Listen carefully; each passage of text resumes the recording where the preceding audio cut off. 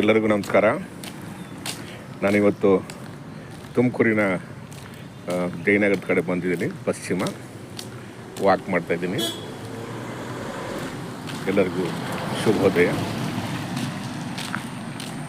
ಸ್ನೇಹಿತರೆ, ಎಲ್ಲರೂ ಆರೋಗ್ಯವಾಗಿದ್ದೀರಾ ಅಂತ ಅಂದ್ಕೊಂಡಿದ್ದೀನಿ. ಸೂರ್ಯ ಆಗಲೇ ಮೇಲಕ್ಕೆ ಬಂದವನೇ 7-7:15 ಗಂಟೆ ಇರಬಹುದು. ಒಂದಿಷ್ಟು ಬೆಳಗಿನ ಮಾತುಕತೆ ನಿಮ್ಮ ದೇಹ ಮನಸ್ಸಿಗೆ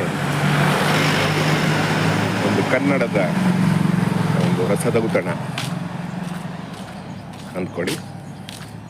ಸ್ನೇಹಿತರೆ, ಈ ಬದುಕು ಅನ್ನೋದು ಅನೇಕ ಸವಾಲಿನ ಕಂತೆ. ಇದು ಈ ಬದುಕು ಒಂದು ರೀತಿಯ ಸಂತೆ ಇದ್ದಂಗೆ. ಈ ಸಂತೆಯಲ್ಲಿ ಯಾರ್ಯಾರು ಯಾವ್ಯಾವುದನ್ನು ಆಯ್ಕೆ ಮಾಡ್ಕೊತಾರೆ ಅವ್ರಿಗೆ ಬಿಡಿ. ಈ ಬದುಕಿನ ಸಂತೆಯಲ್ಲಿ ಒಂದು ಸರಕು ನಾವು ಅಷ್ಟೆ.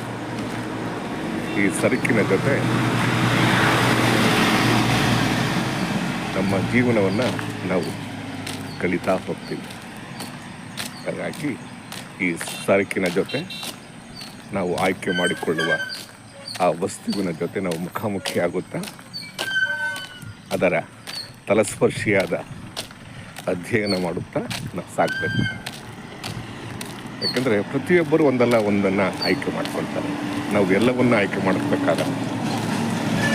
ಹಾಗಾಗಿ ನಾವು ಆಯ್ಕೆ ಮಾಡಿಕೊಂಡ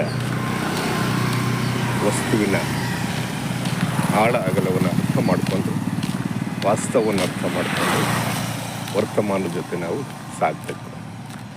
ಏಕೆಂದರೆ ಪ್ರತಿಯೊಬ್ಬರಿಗೂ ಅವ್ರದ್ದೇ ಆದ ಒಂದು ಕಲೆ ಇರುತ್ತೆ, ಅವ್ರದ್ದೇ ಆದ ಜ್ಞಾನ ಇರುತ್ತೆ. ಆ ಜ್ಞಾನದ ಜೊತೆ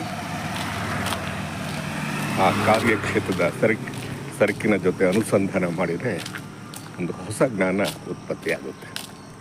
ಹಾಗಾಗಿ ನಾವು ಒಂದು ಹೊಸ ಜ್ಞಾನದ ಕಡೆ ಹೋಗಬೇಕು. ಏನಂತೀರ ಸ್ನೇಹಿತರೆ?